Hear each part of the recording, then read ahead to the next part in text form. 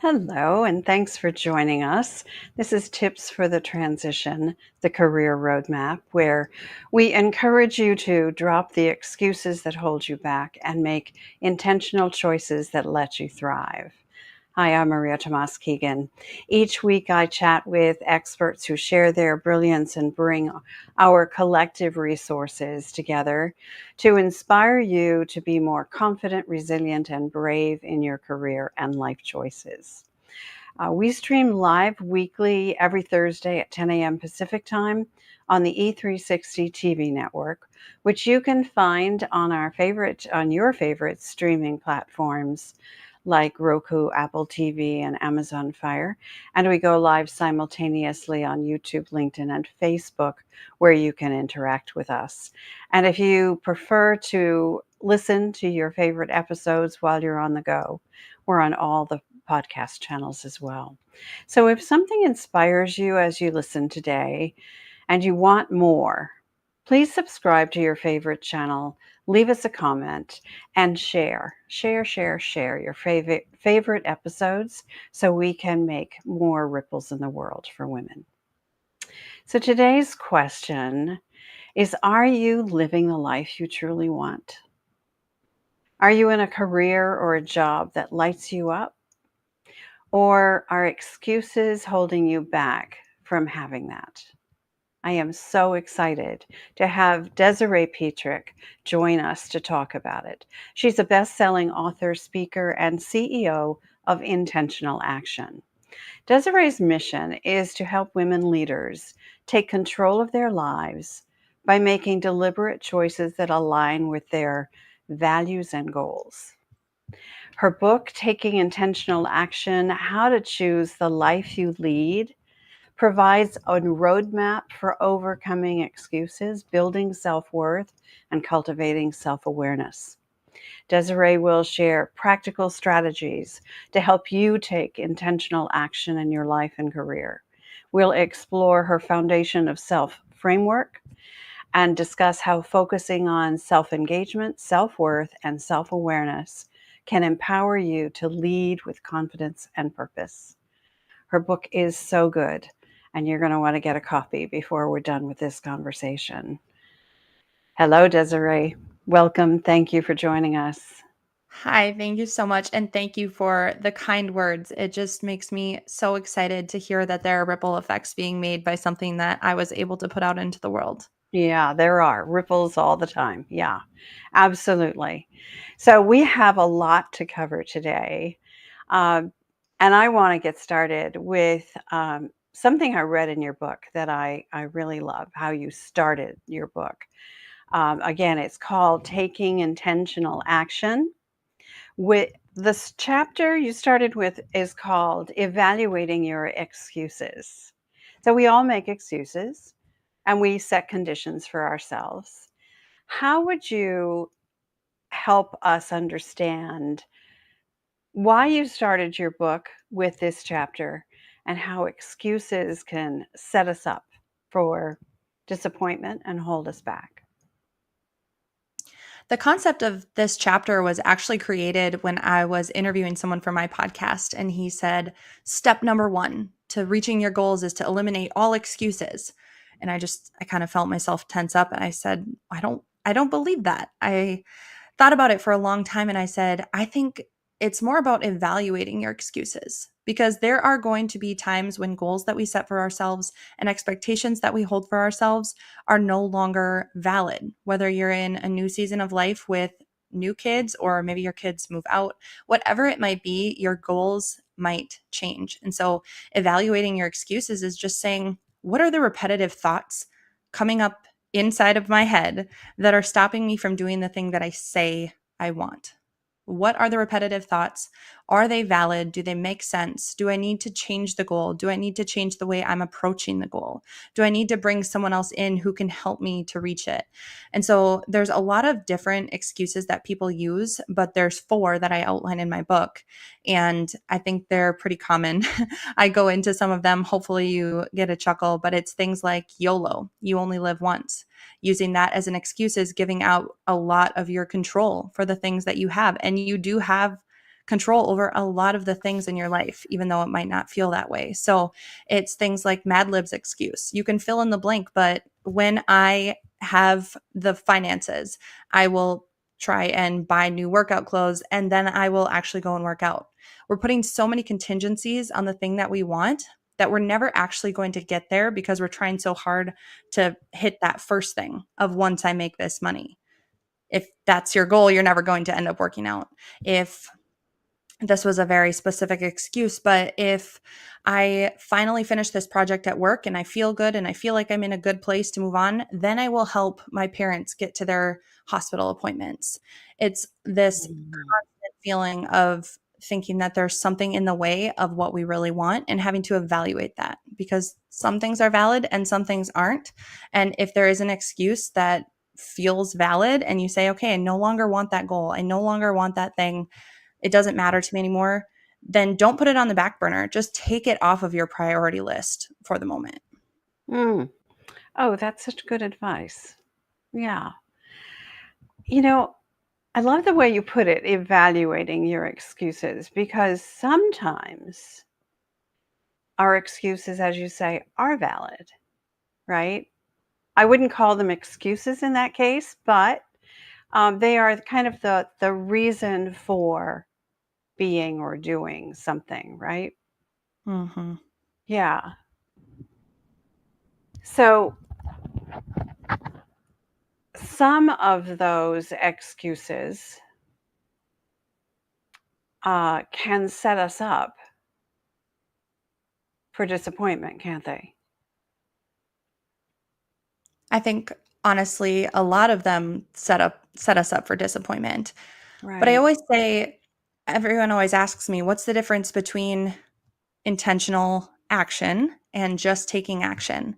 And I say, we all have good intentions. If you read the back of the book, this is what it says. We all have good intentions to scroll less, read more, watch less TV, eat healthier, exercise more, spend more time with our family. And they're good intentions, but those good intentions live in the confines of our mind. It's like this safety net, because as long as we don't say it out loud, as long as we don't take action towards those things, we can't fail. We won't have to give up anything in the pursuit of them because they're Yeah. just in the safety net. So, taking intentional action is not only having those good intentions towards the things that we want, it's not only taking action, because taking action might take you in the wrong direction. It's taking intentional action toward the thing that you say you want. That's so good. I loved everything about your book. It's really good through and through. Thank you. You and I work with high achieving women leaders. In fact, we are those women, right? So on the outside, we look like we have it all together. We have, we have a self-assured posture. We have a confident attitude. Our voice commands respect. But we know that's not always how we feel on the inside, right? So, what are some of the common signs that a leader struggles with self doubt and self worth? I think there's a couple of different pieces here, and I'm going to take it first off into the world of work. And when I was just 25 years old, I was very newly married. I went in for an interview for an assistant position at a dementia facility. And I walked out of that interview with the housing manager position. I was probably not qualified. I had a college degree, but not enough experience to manage people. And I went into it wanting to show, wanting to prove that I knew what I was doing, that I was meant to be there, that I had the authority, but I was struggling with self-worth. And that was ultimately your question, is what does it look like when you are struggling with that self-worth? I was overcompensating, to say the least, which looked like micromanagement.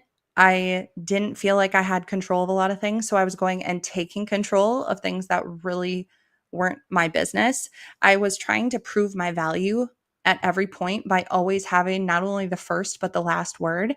It was this constant struggle of trying to prove to other people that I was worthy of the position, that I knew what I was doing, and then truly internally not feeling that way.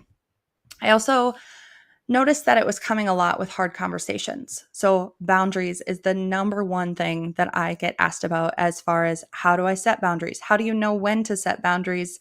If I'm an introverted person, what would that look like? How do I say it? And avoiding hard conversations is actually kind of a symptom of that I don't feel worthy of giving my opinion, of putting my foot down, of telling these people that I'm worthy too of whatever it is that I need in this moment. And so if you're struggling to have hard conversations, and specifically if you're having a hard time setting boundaries, that might be a symptom that your self-worth is needing a little bit of attention. I kind of mentioned this already, but that imposter syndrome feeling. I feel like this is a little bit of a new concept lately, this imposter syndrome. But essentially, what it looks like is you actually have more respect and more authority than you realize. And knowing that people are expecting you to be that way makes you feel like you are in a position that you're not meant to be. That is exactly how I felt when I started managing the dementia facility. So, that feeling of imposter syndrome, that you are in a position that you maybe don't deserve or you're not worthy of, that is a symptom of questioning your self worth as well. And that someone's going to figure it out, Oh, right? yeah, That at you every will, turn. right, that you will be discovered as a fraud. Hmm. Yeah, yeah. That that a lot of us struggle with that, right? Um, in in various places in our lives, but I think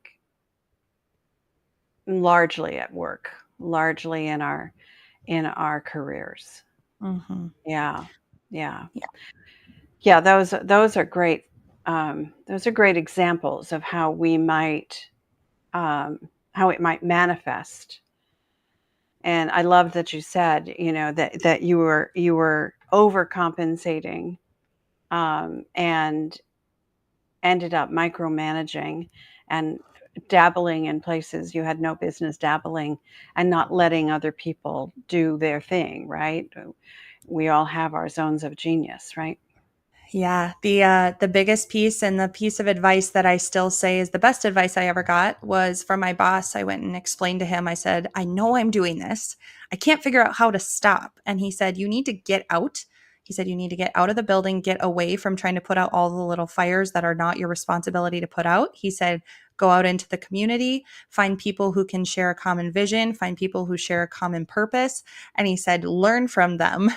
And I did. I went out and I joined the chamber, and it ended up being kind of the catalyst for the change in my life. But if you're struggling with your self worth, it's probably because you are attaching your self worth to maybe a position, or if it's in a relationship, it's a person. And if you go out and you create hobbies and relationships outside of that one thing, you're going to start to diversify. You're going to start to find your self worth and your self confidence in other In pieces other and areas. aspects of life. Yeah. Yeah. Yeah. And learning from others, right, who Mhm. are maybe doing a job similar to the one you're doing, and they've figured it out, and you get to use them as role models, right? So Yeah. you learn to admire people for the way they approach things, and you model that, and try it on for size and see how that works. And yeah, it's so, yeah. And the idea of kind of getting out of your own head, and expanding the aperture around you, so that you're not so laser focused on the job at hand. Yeah. Yeah, it makes a huge difference when you have those role models and you see that everyone struggles with these things, but Yes. it's the individuals that are vulnerable enough to say it out loud and ask for help that are the ones that make progress a lot more quickly than those of us who kind of hold it inside and feel like we have to try and figure out the world's problems on our own. Yeah, that's so true. That's so true. So you share an insightful approach in your book, and it's called the Foundation of Self framework. So what's the story behind you developing it? I always struggle to tell this story because I feel like we always start off on such a high and then I have to tell you this story and it's hard. But in 2022, my son was born on 2/22/22, and there was a blizzard in Minnesota, which is not abnormal. But what was abnormal was he was born with one of his lungs deflated. So we were in a hospital that did not have a NICU. We were in a hospital that did not have the staff or the knowledge to be able to take care of him. And because of the blizzard, no planes or helicopters or anything could get to us. So for 15 hours, my son was being kept alive by machines that were not meant for an infant. We had ambulances driving in the blizzard halfway to other hospitals to try and get medication that he needed because the hospital didn't have it. Just all of these things. And I recall having these thoughts in my head, this internal dialogue in my head of how am I going to handle this? What small pieces can I take control of right now? How can I just relinquish my trust to the people in the room who have more knowledge than I do? All these internal conversations were happening. And ultimately, 15 hours later, we were able to get a helicopter to us. He was able to get to the NICU. But I just remember sitting on the floor in the NICU and stretching because my son was hooked up to all the things. I couldn't hold him yet. And instead of turning on the TV, I would read and I would call the people who I had built relationships with prior to this and just be really vulnerable and allow them to help me through this situation, be able to coach myself and be coached by others. And it was really hard, but at no point did I feel helpless because I was taking control of the very small amount of things that I could control. And we finally got to go home because of COVID restrictions. No one was really able to see him. So we got home and he was finally able to meet his big sister. And that 24 hours later, I got a call that my mom had had a stroke. So we packed up my 1-month-old and my 2.5-year-old. We drove 3 hours to the ICU that she was in. And I remember carrying my car seat with my son in it up to her room, and she was hooked up and unconscious. And that was the one of 3 times that I got to see her in the 2 months she was alive before she had a second stroke and passed away. All that to say, I mean, it was the first time in my life I could ever say that anything truly bad had ever happened to me. And about 6 months later, I was sitting holding my son and just thinking to myself, like, why am I not broken? She was my best friend. She was my mom. She only got to meet my son very few number of times. Like, why am I not broken? It doesn't make sense. I should be broken.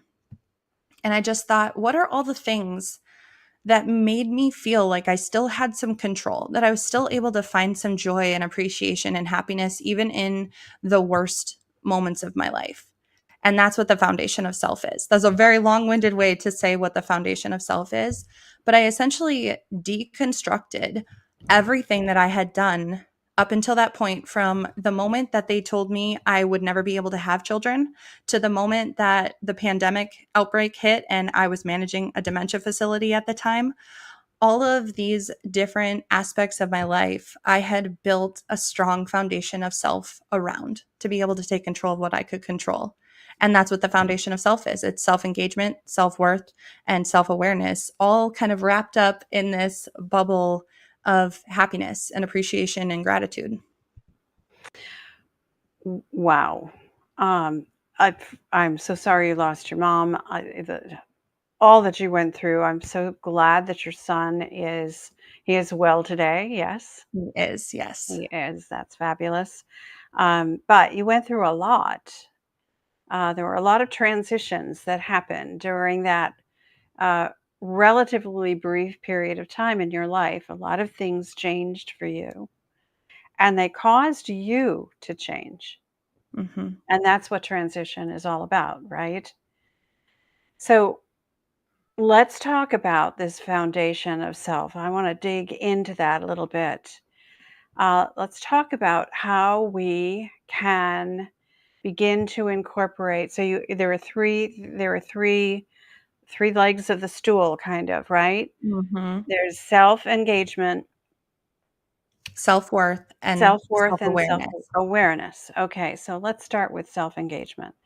How can we let's talk about what it is first. What is self-engagement?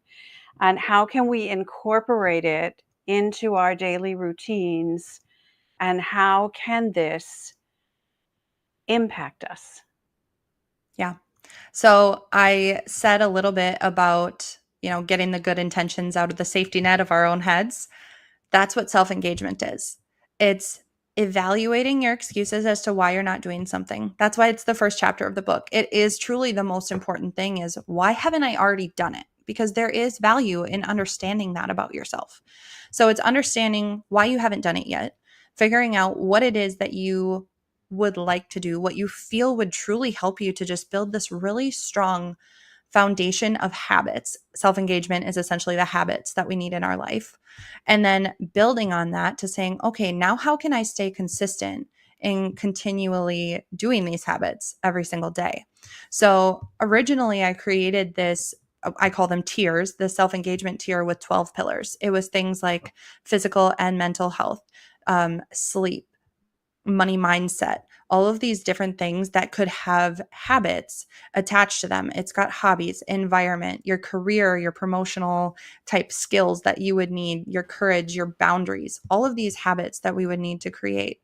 And I always say, when I do workshops on this, you cannot pick more than three. You are not allowed to pick more than three because we all have different goals. We all have different priorities. They say we all have the same 24 hours in a day, which, although it is technically correct, we all have 24 hours in a day. They're not all the same. I have two young kids. I and my husband are entrepreneurs. We own our house. We have very different priorities than a single mom with four kids who lives in an apartment. It just is what it is, which is why self-engagement, the tier, is meant to be focused on, what do you need in your life to feel like you are a well-rounded person with well-rounded habits that are compounding on a daily basis to help you be the best version of yourself. So when it was about 8 days after I started my job as the housing director at the dementia facility that I ended up going into the ER and having emergency life-saving surgery for an ectopic pregnancy. And when I got done with the recovery and I got back to work, they were very gracious about the whole thing. I was told that I likely wouldn't be able to have kids. They said the only way that you will be able to have kids is if you lose a bunch of weight. And I mean, I was probably a little overweight. I wasn't as heavy as they made it out to seem, but I said, I am not going to allow this one thing. If this happens to be the one thing that's in my way, it's not that I need to prove them wrong. I want to say I did everything that I could. And so I started to put some of these habits into place. I started to work on becoming really physically healthy, both with eating and workout habits. I started to read personal development, not only for weight loss, but just life in general, feeling completely out of control managing a dementia facility through the pandemic. I started picking up books of, how can I control the very few things that are within my control at this moment?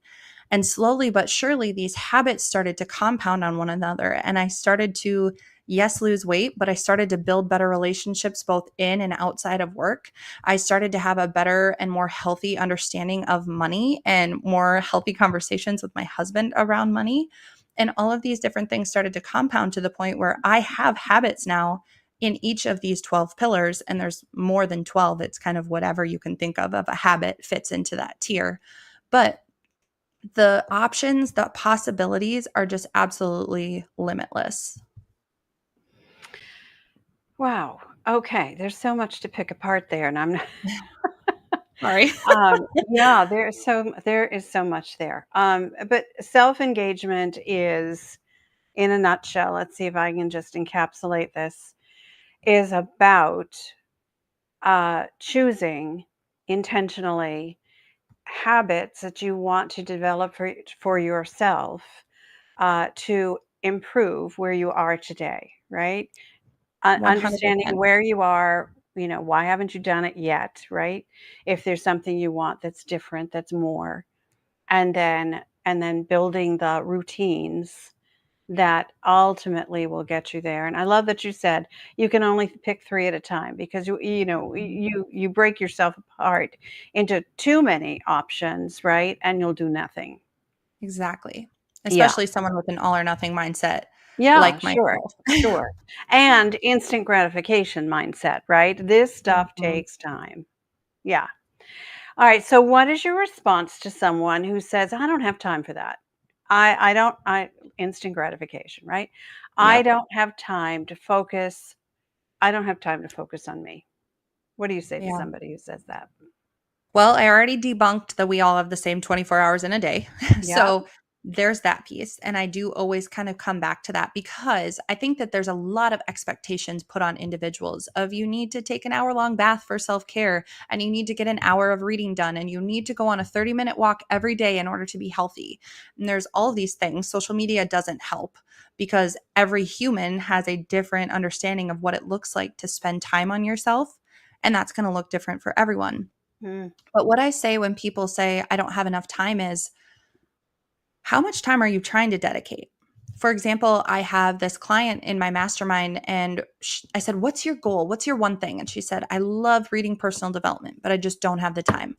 I said, well, how much time are you attempting to dedicate to it? She said, an hour every day. I said, are you going to spend an hour? And she said, I don't have an hour every day. And I just kind of chuckled at her, and we just kept going through the coaching process. And I said, so if you don't get a full hour during the day, are you going to read it all? She said, no, I probably just won't even pick up the book if I can't get the full hour. So I said, wouldn't it be easier or better or more effective to say, I'm going to get 10 minutes of reading done throughout the day? So this is actually a habit, a time productivity tool that I call time chunking, where you ask yourself this very simple question. What is the minimum amount of time that I could engage in this activity for it to feel like I'm being successful, for it to feel like tomorrow it will have compounded into the next day and the next day?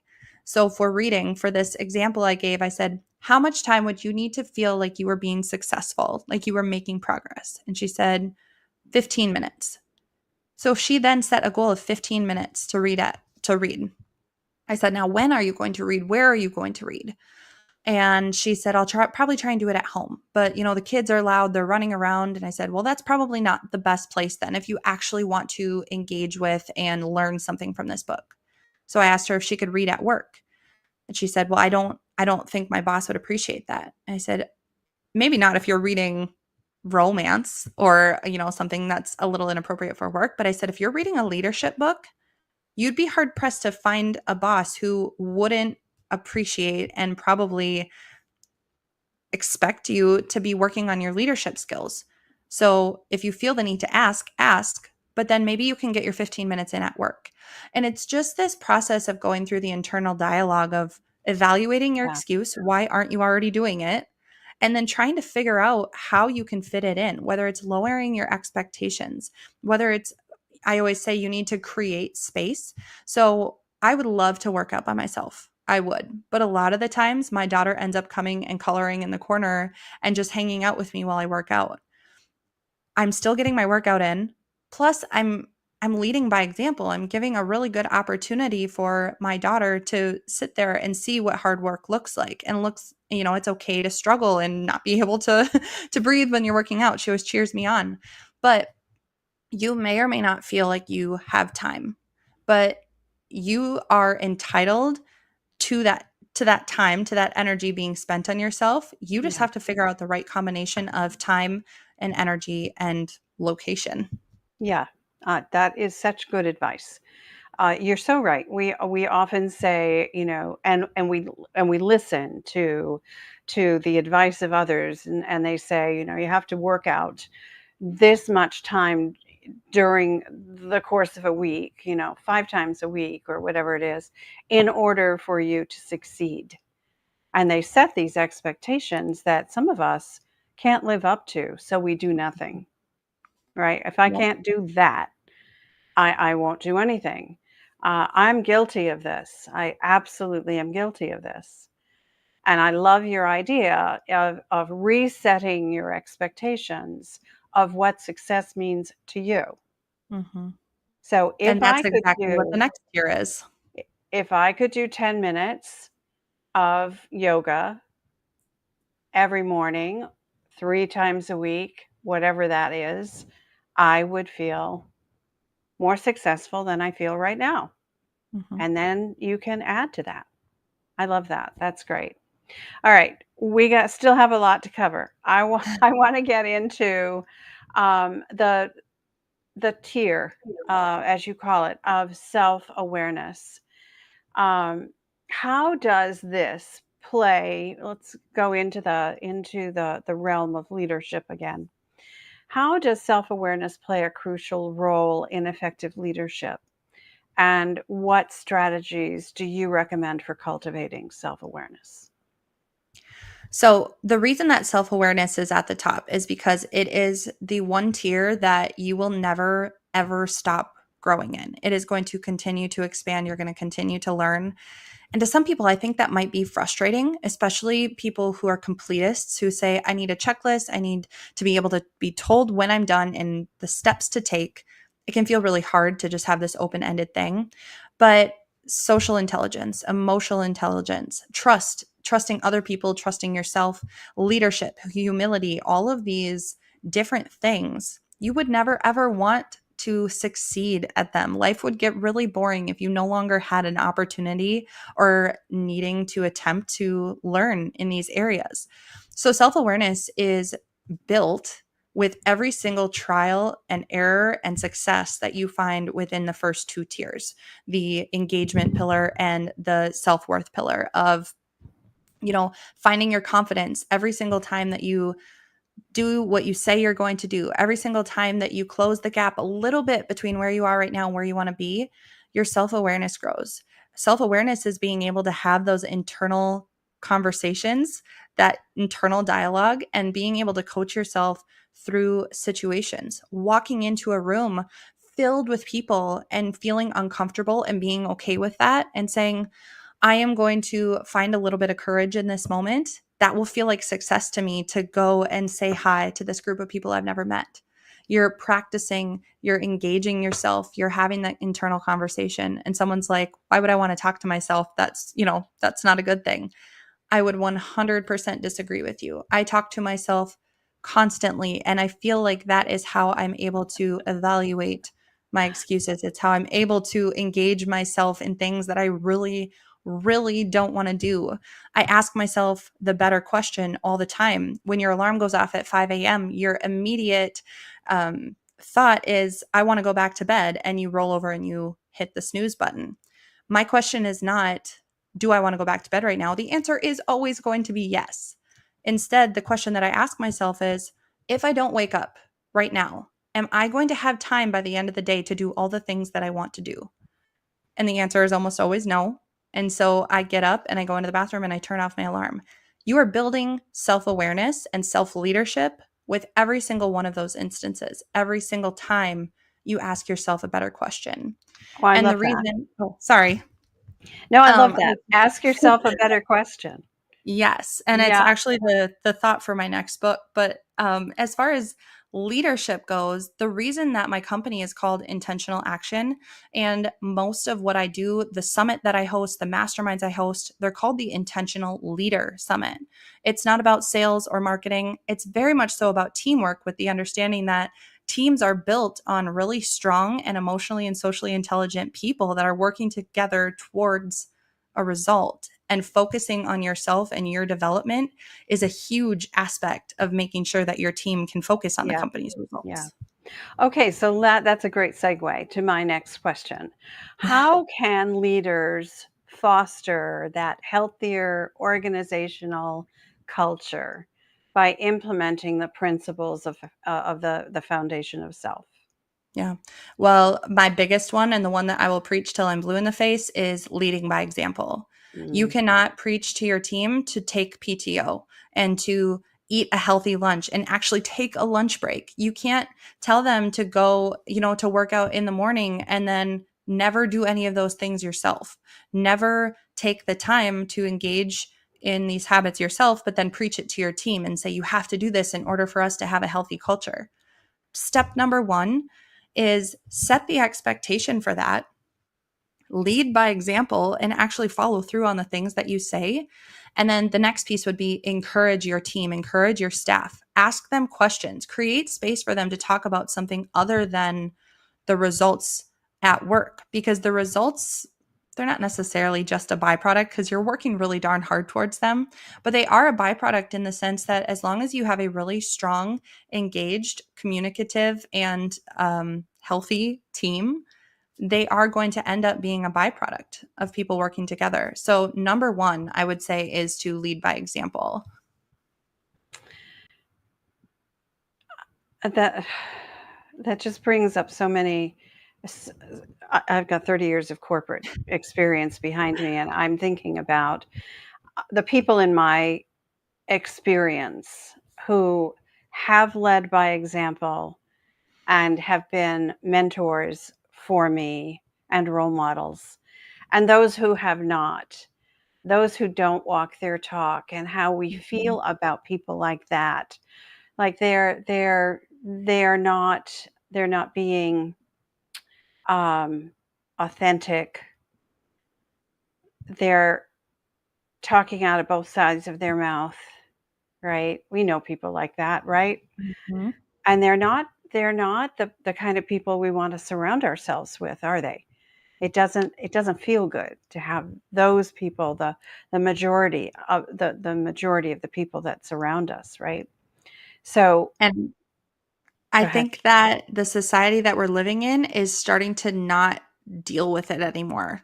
People have options now where they maybe didn't feel like they did even 5, 10 years ago. Mm, And so if you are a leader who's not leading by example, you're going to get called out really quick on that. It's just yeah. not worth it. Yeah. And that shows up in a lot of ways, quiet quitting, actual quitting. People, there's a lot of attrition that is going on around you. That's a great sign that there's something not right in the way you are showing up. That people are not following the leader that you think you are because you're Mhm. not you're not leading by example. Yeah. Yeah. Okay. So let's talk about women leaders for a moment. That's who we love to serve. How can women leaders benefit, in particular, from focusing on their self engagement, self worth, and self awareness? This might be a little bit controversial, but I have to say I'm a disc consultant, and so I spend a lot of time looking at personality styles, the different personality styles, not only between men and women, but between women who they once were and who they are now. And practicing in that self-awareness is really going to help you to dig deeper and to really solidify who it is that you are, your personality traits, the thoughts in your head, the way that you communicate with people. You are not wrong. I always say this, you are an adult, whether you want to eat a brownie, have a conversation with someone, say something the way that you want to say it instead of the way that you know it would probably come across a little bit better. You're not wrong because you're an adult and you can choose the way that you do those things.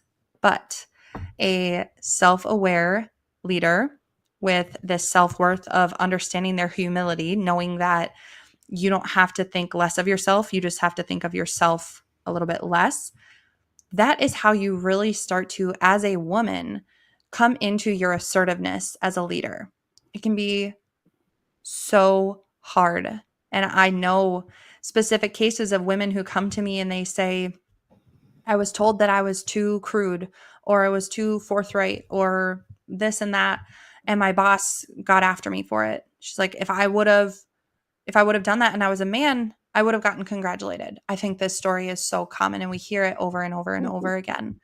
But self-worth and knowing who you are and practicing these things that we're talking about, they're going to help you to really balance assertiveness in who you are and what you know to be right, humility, and that vulnerability and empathy that we feel both for ourselves and for other people. There is a really fine line between all these things, but knowing ourselves better and being really intentional about the lives that we lead, the lives we choose to lead, is how we're going to be able to figure it out. And it just takes practice, it takes time. I say this all the time.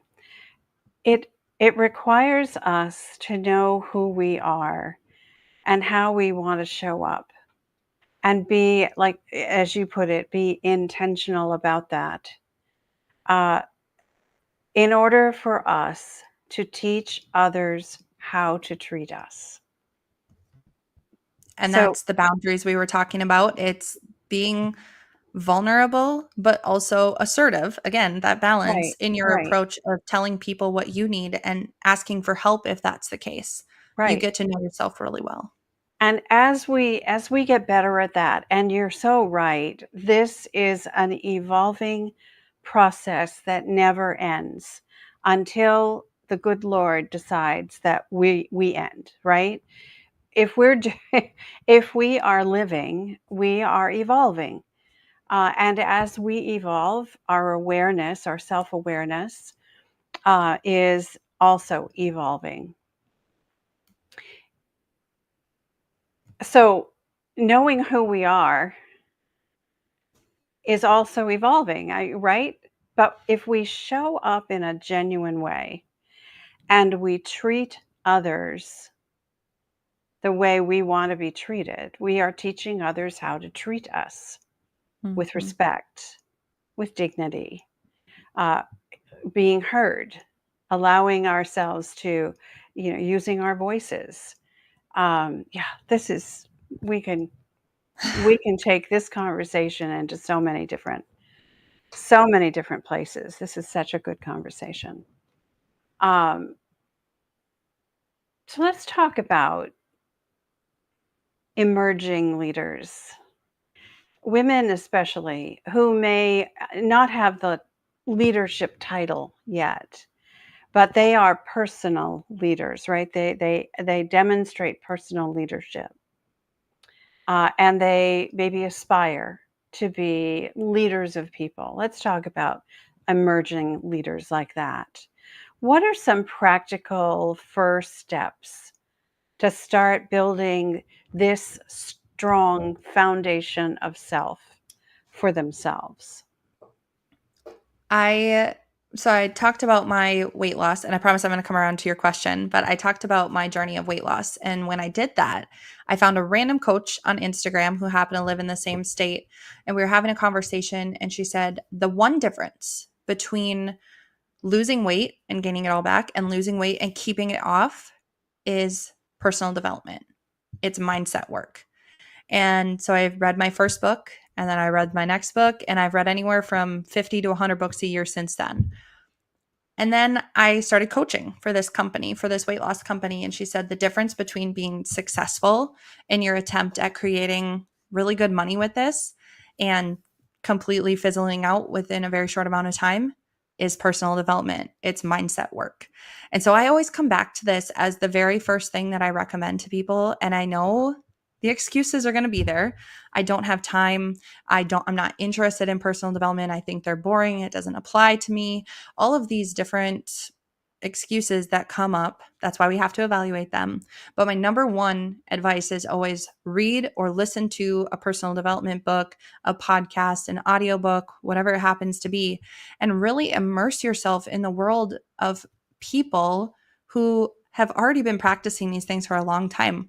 Learn from them. I don't believe that we can cut our journey in half. I don't necessarily think you're going to get to where you want to be like significantly faster because we just don't know what your journey looks like. We don't know where you want to be. But I do think that you're going to be a lot more prepared for and a lot more confident in your approach and in your ability to take steps along the way, in whatever direction that looks like. Okay, so it is step number 1. It's probably steps 1 through 10, Yeah. maybe at least. Because the Well, mindset work, again, never stops, right? right.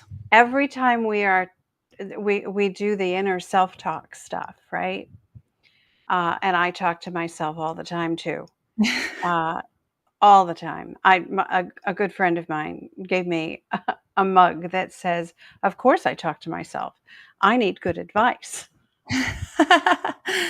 Sometimes I give myself good advice. Sometimes I listen, right, for good advice, right? It Mhm. it, it comes from your intuition, your inner knowing, whatever you call that, and wherever you get that, right? It depends on what you believe. Mhm. Um, but the mindset work is always evolving as well. So if you understand what it takes to do mindset work, then it's an ever it's a practice that you're always involved in. Mm-hmm. Yeah, and we already talked about a couple of them. Leading by example is not meant for the people with the word leadership in their title. Integrity is built on your ability to do something that you say you're going to do, and then be. I keep coming back to this word vulnerable because I do truly base a lot on it, on our ability to talk to other people, Yeah. but be vulnerable enough to tell people when you succeeded and celebrate with them. Tell them when you failed and why, and when you're going to try again, and ask them for your support. We Yeah. have to understand our values and our identity and our goals and our priorities. That's all mindset work. So all of these Right. different steps that you can get all come back to your ability to know yourself better. And that Yeah. only comes through practice. Yeah, absolutely. Absolutely. And being open to learning from others, to watching how other people do it and making a judgment call for yourself. Does that feel like that fits for me or does it not? Right? And incorporating new practices. It's practice. It's Yeah. practice. And And you know again, what? That's what life is. It's practice. yeah. And you're Yeah. not wrong because you're an adult. And you're not wrong. Right. Love that. I could talk with you. I say this to so many of my guests. It feels a little trite, but I could just keep talking to you for hours about this stuff. But we have a commitment to the network that we will only have a certain amount of time. That we only have a certain amount of time. So I'm going to ask you to help us wrap this up. What are some of the key takeaways from this conversation that you wish our listeners would walk away with? Yeah. Well, one of them is that life won't wait for you. And there's a concept that I have attached to that. Chapter 6 in my book is called Walking into the Wind. And it's this concept that you can't wait to start your building of a strong foundation of self when something bad happens, when you get injured or fired or someone passes away, you get sick. It's kind of going to be beside the point.